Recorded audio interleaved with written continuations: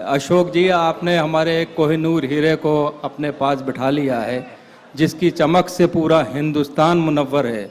इमरान प्रतापगढ़ी वो हैं जिन्होंने आके भोपाल का इलेक्शन भी जिताया, मध्य प्रदेश की कई सीटों पे इलेक्शन जिताया। तो जब ये आपके सिपह सालार हैं तो हमें किसी बात की फ़िक्र करने की ज़रूरत ही नहीं है। इंशाल्लाह कामयाबी ज़रूर हासिल होगी, चाहे आंधियाँ आए, तूफ़ान आए, समंदरों के में हमारी कश्ती है, इंशाल्लाह किनारे पे लगेगी। इस नौजवान पे पूरी उर्दू दुनिया फ़ख्र करती है। मैं पूरी जिम्मेदारी से कहता हूँ, ये सिर्फ एक शायर ही नहीं है, ये इतना खूबसूरत इंसान है कि दुखी इंसानियत के चेहरे पर ये अक्सर और बेशतर मरहम लगाते हुए नज़र आते हैं। बेशक। जहाँ सैलाब होता है वहाँ भी ये पहुँचते हैं, जहाँ कोई मारा जाता है उसके घर में भी ये नज़र आते हैं। हम शायरों ने 40 साल में ऐसा कुछ भी नहीं किया, ये अकेला वाहिद हमारी उर्दू डाइस पर है। अल्लाह इसको सलामत रखे।